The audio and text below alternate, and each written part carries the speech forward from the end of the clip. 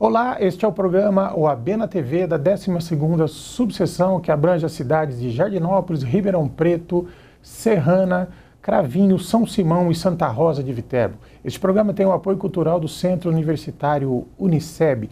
No programa de hoje nós vamos falar um pouco da história da comarca de Ribeirão Preto, do nosso Poder Judiciário, da Justiça em Ribeirão Preto e, por consequência, um pouco da história da nossa própria cidade. E para isso nós trouxemos o Dr. Otávio Verri Filho, que é ex-promotor de justiça, hoje é advogado aqui na nossa cidade e tem feito um trabalho de história a respeito da história de vários aspectos da nossa cidade. Dr. Verri, muito obrigado pela presença. Eu que agradeço e estou à disposição das perguntas, mas antes eu queria prestar uma homenagem. Eu não sou propriamente um historiador, eu coleto as informações de história. Historiador foi um grande advogado, um grande defensor da classe e um grande historiador mesmo, Rubens Cioni. Então, antes de tudo, eu quero prestar uma homenagem a ele, porque a maior parte das informações que eu tenho, eu colhi nos seus livros. Ele tem um livro muito importante, né, Dr. Verri? Ele tem uma coleção, ele tem mais ou menos, são 5 volumes, e inclusive ele estaria preparando o 6º quando veio a falecer. Fantástico, informações cuidadosas, datas, abrangendo todo o universo de Ribeirão Preto. Realmente uma pessoa que honra a classe dos advogados e, acima de tudo, a historiografia da região. Dr. Verri, qual que é a origem de Ribeirão Preto? Bom, a origem de Ribeirão Preto, ela é, de certa forma, como as demais cidades. Há um território amplo, como tem o Brasil, e há o desbravamento, sempre com novas terras, vai procurando estender as divisas, os limites da civilização.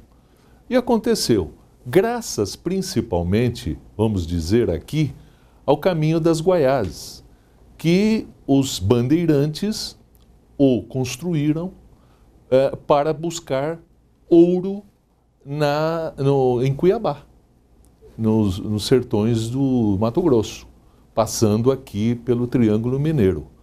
Então, havia essa estrada porque a origem dos desbravamentos era a busca de ouro, de pedras preciosas. Inclusive, aqui, depois dos Goiases, veio receber o nome do seu criador, que foi o Anhanguera, né?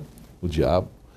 Bom, então o que aconteceu? Nessas derivações, mesmo porque nós tínhamos 2 rios que facilitavam a penetração, que era o rio Mogi e o rio Pardo, certamente foram chegando os primeiros entrantes mineiros, acredito por volta entre 1810 e 1820, fazendo aquela economia, a agricultura de subsistência e criando o gado, porque eles vinham também da região de Minas Gerais, onde as minas estavam sendo já esgotadas. Nosso território tinha índio que habitava aqui? Tinha, claro, como todo. Aqui os índios habitavam no litoral e depois foram, à medida do desbravamento, foram se afastando.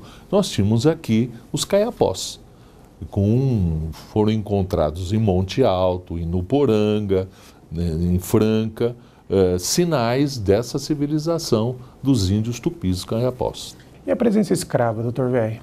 Bom, com a penetração do homem e porque a mão de obra era escrava e principalmente porque o grande contingente de escravos um grande contingente foi utilizado nas minas, em Minas Gerais. Minas Gerais chegou a ter 3 milhões de escravos. À medida, então, que iam se esgotando as minas, e houve também um fato histórico, que foi a vinda da família real, aumentou-se o consumo na corte, Então, muitas famílias passaram a lidar com a agricultura, né? À medida também que estavam sendo esgotados, para justamente fornecer à corte. E famílias assim, as famílias pioneiras aqui, que eram famílias que se dedicavam à agropecuária e também à agricultura. E essas famílias vieram para cá e trouxeram seus escravos. Então, como eu digo, por volta de 1800, 1820, primeira década de 1800, a segunda, tal, foram justamente porque, por exemplo, uma das famílias pioneiras aqui, a família Junqueira. E a família Junqueira consta mais ou menos por volta de 1824. E como que se transformou assim, a história de Ribeirão assim? Primeiro ela vira uma vila, depois é freguesia, como é que foi essa... Bom, dentro daquela situação toda primeiro vamos dizer o seguinte, vinha os ocupantes e ocupavam pedaços de terra, né? Então o que acontecia? Aí ficavam eles eram muito católicos, eram descendentes de portugueses e sabe, né? Todos aqueles sacramentos, né? Eles faziam muita questão de tê-los, né? E vinha, enquanto eram poucos os habitantes em volta aí dos rios, do Rio Pardo, que a origem mais ou menos aqui foi no Tamanduá, né? Ali, e até houve um conflito inicial das famílias Campos, e isso o professor Lage diz muito bem, né? E a família Reis, né? Os primeiros habitantes que são reconhecidos aqui seriam os Reis e os Campos, né? Que brigaram por causa de terra. Então, aí vinham tal. Aí chegaram à conclusão que o padre que vinha de longe, né, da igreja lá de Casa Branca, depois de São Simão, tal, demorava muito para chegar aqui, as visitas eram muito raras, etc. e tal.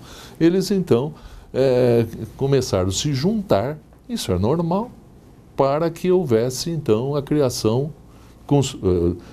Construíram uma pequena igreja, né? E em volta dele sempre tinha um recinto de festa, que é natural, é onde eles se encontravam, né? E aí já começaram a falar que queriam doar para o patrimônio, né? A primeira origem disso, aqui, a primeira tentativa da criação do patrimônio foi lá nas Palmeiras, nem foi aqui, né?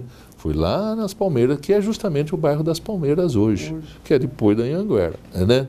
Então, eles fizeram um cruzeiro, que era justamente porque eles chegavam, esse cruzeiro era o símbolo da cristandade.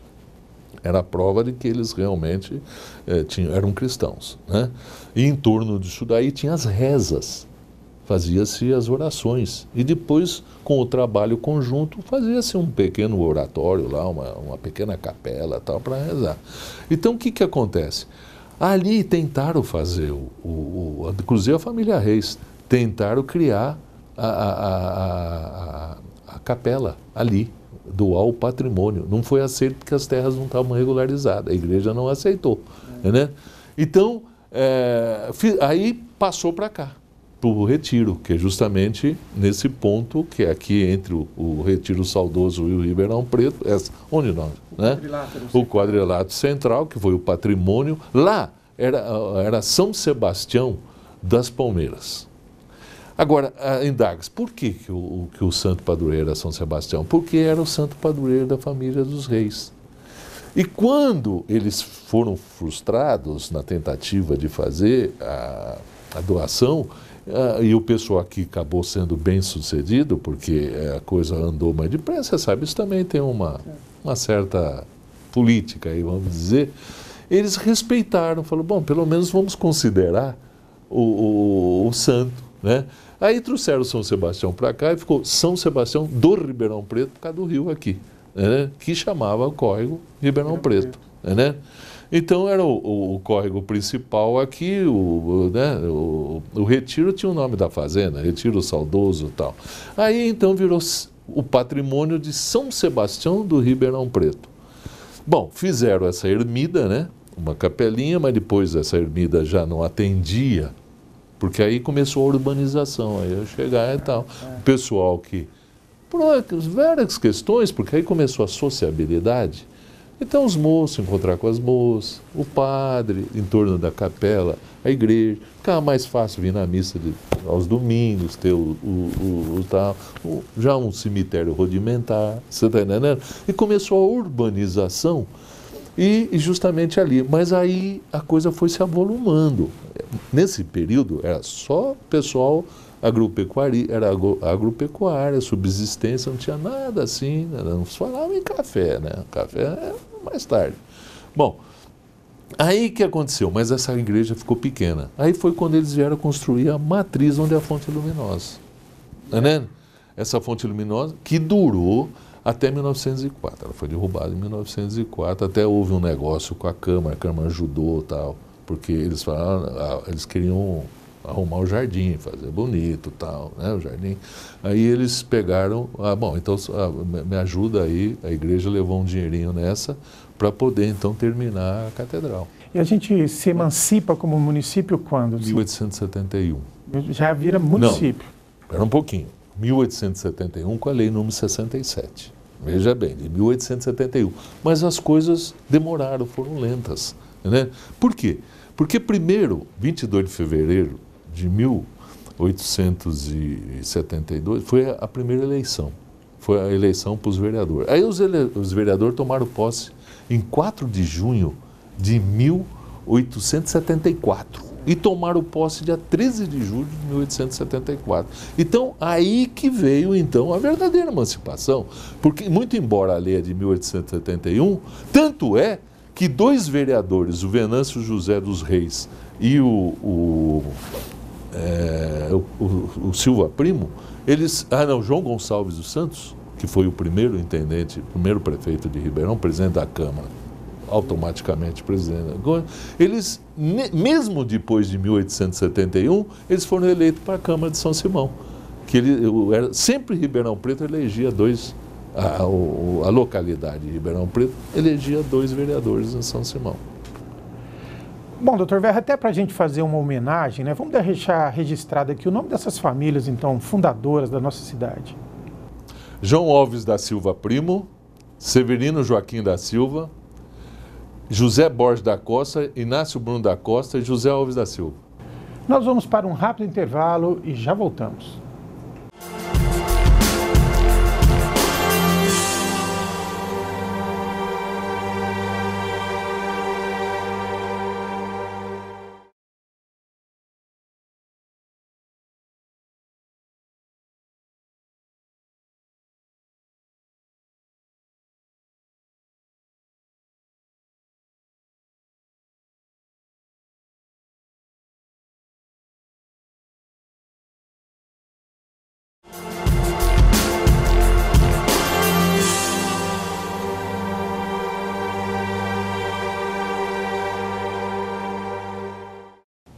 Estamos de volta com o programa OAB na TV, que tem o apoio cultural do Centro Universitário Uniceb.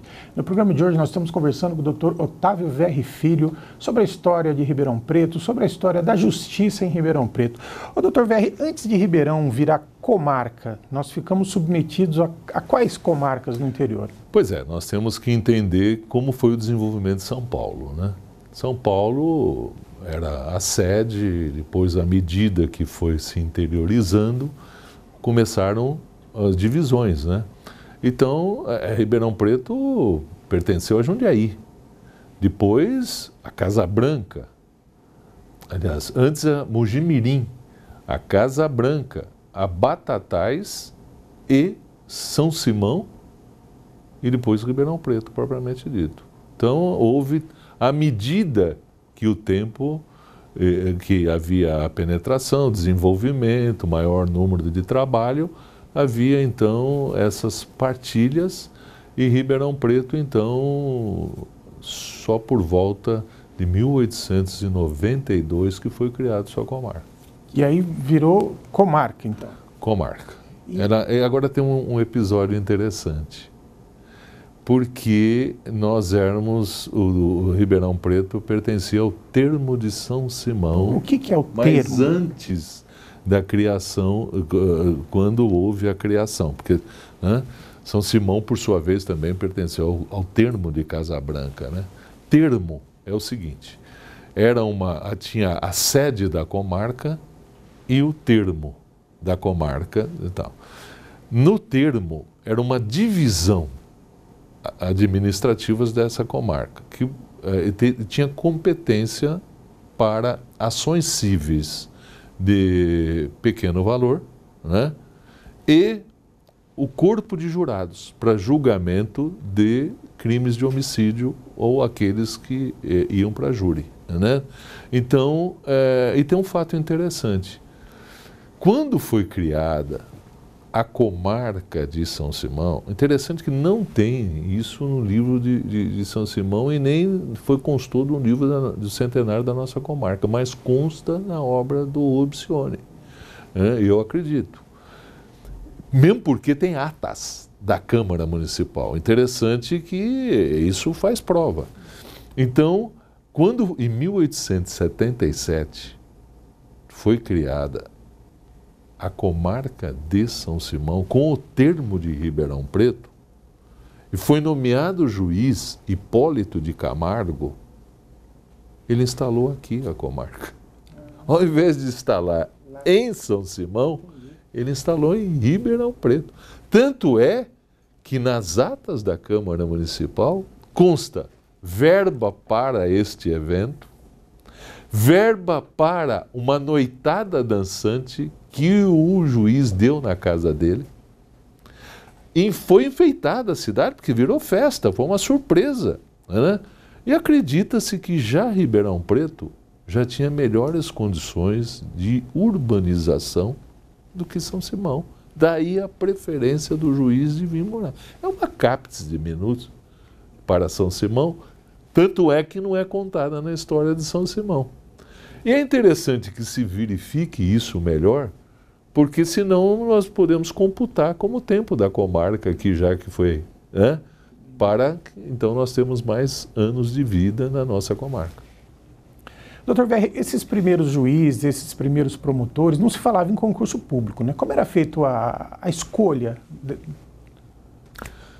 Bom, tinha realmente, geralmente tinha uma influência política, mas no tribunal, né? Não é mais ou menos, não é o que se considera, por exemplo, para promotor de justiça que se nomeava politicamente. Então, geralmente, eram advogados, mas tinham um certo concurso no Tribunal de Justiça, né? E era feito pelo Tribunal de Justiça a escolha do juiz. Agora, o promotor público, promotor na ocasião, aí era cargo político. Era cargo político mesmo? Político. Era nomeado pegavam advogados, geralmente até advogados jovens. Tem muito na história aí de pessoas, até o Monteiro Lobato foi um deles, né? Que aí era dado o seu relacionamento político. E a presença da advocacia em Ribeirão Preto, doutor Verri, quando a gente começa os primeiros advogados de Ribeirão... Bom, aí nós já temos que considerar quando a cidade já começou a ganhar fama no cenário nacional, que foi justamente com o café. Os grandes nomes da advocacia, até tinham advogados provisionários, que eram os rábulas. O que é essa figura do rábula? O rábula era aquela pessoa que tinha um preparo cultural muito bom, conheciam leis, até mais do que qualquer advogado formado, porque primeiro formavam em Coimbra, né? Eu só tinha a faculdade... Em Portugal, né? Em Portugal. Ou só tinha a Faculdade de Direito de São Paulo e a Faculdade de Direito do Recife, né? Foram as duas criadas, né? Em 1822. Então, o que acontece? Eles eram pessoas preparadíssimas e conhecedoras da lei como ninguém, né? Eram pessoas... E geralmente poetas, poemas, poesias líricas, eles conheciam tudo quanto era literatura e falavam francês. Sim. Eram pessoas preparadíssimas. Aí eles vinham e dominavam o cenário literário e cultural de uma cidade. E com isso granjeavam nas famílias famílias ricas, né? Os cafeicultores, os grandes proprietários, né? E casavam com as moças também, as moças, né? As bonitas, as sinhás, as moças, né? Casadoiras, as grandes. Então, nós tivemos aqui, e também se tornaram aqui em Ribeirão lentes do ginásio do Estado. Cargo político, não era por concurso, não. Então, por exemplo, os grandes professores, o Tonel Mota, o Jorge Lobato, João Pedro Veiga Miranda, Augusto Loyola, todos esses que foram grandes mestres do ginásio do Estado e casaram com mulheres ricas, né? Por causa eles tinham uma inteligência. E eles então advogavam bem e eram da melhor sociedade da cidade. Muitos advogados? E tinham muito prestígio. Muitos advogados foram prefeitos de Ribeirão Preto? Bom, claro. O João Rodrigues Guião, que era de Valença. Esse pessoal, toda essa cultura, esses nomes, esses moços que eram, né, vinham normalmente eram fluminenses, eram da região do Rio de Janeiro. Também muitos deles de famílias de cafeicultores lá, tal, e vinham de Valença, de Barra Mansa, de Volta Redonda, de Resende, principalmente, e muitos atraídos pelo Dr. Luiz Pereira Barreto. Esse foi um nome que dizem que ele assinou a certidão de nascimento, porque ele divulgou essa maravilha das terras e trouxe todos aqueles cafeicultores que já estavam com as suas terras quase se esgotando para Ribeirão Preto. E aqui então se tornou essa pujante capital do café, né? Então, os prefeitos, João Pedro Veiga Miranda, esse era de Minas, de Campanha, João Rodrigues Guião, que era de Valença, Augusto de Loyola, nós tivemos aqui da família o José de Magalhães, foi prefeito de Ribeirão Preto. Enfim, pessoas que realmente tinham um preparo muito grande. Como também teve médicos, né, que se viraram prefeito de Ribeirão Preto. E, assim, a localização do Poder Judiciário em Ribeirão Preto, onde foram os primeiros fóruns, doutor Vé? Os primeiros fóruns foram nas residências de vereadores. Residência? Residências. Até a própria Câmara começou assim também, não tinha sede. Então, depois teve alguns próprios vereadores no meio e locavam residências para o poder, a Câmara e para o Poder Judiciário, né? Aí de prédio mesmo, o primeiro deles é hoje onde é o protocolo da prefeitura, ali, que funcionava a cadeia e a Câmara. E depois isso quando era, vamos dizer, não era comarca ainda, era o termo. Então tinha um juiz de paz e dos órfãos, que administrava a justiça, mas pertencendo ao termo de São Simão. Quando instalou a comarca mesmo, foi onde hoje é o primeiro distrito, na Duque de Caxias, aquele edifício lá, que era a Câmara, a cadeia e o fórum. Aí depois pula para o lado ali, né? Aí depois veio para a Duque de Caxias 333. A transferência aqui para Ribeirânia, doutor Vé? Bom, a transferência da Ribeirânia, ela foi em 1993. Aliás, a ideia era comemorar o centenário, mas atrasou a obra. Dr. Newton Messias, ele trabalhou muito, foi na época do prefeito Elcio Gasparini, então ele trabalharam muito, mas tem problemas, né, de construtoras, isso e aquilo, e não deu para inaugurar em 93, que era, aliás, 92, foi o centenário, né? E acabou inaugurando em 1993, a transferência lá. E nós achávamos, eu na ocasião era o promotor lá, né? Até que nós também lutamos para construir a nossa sede ali.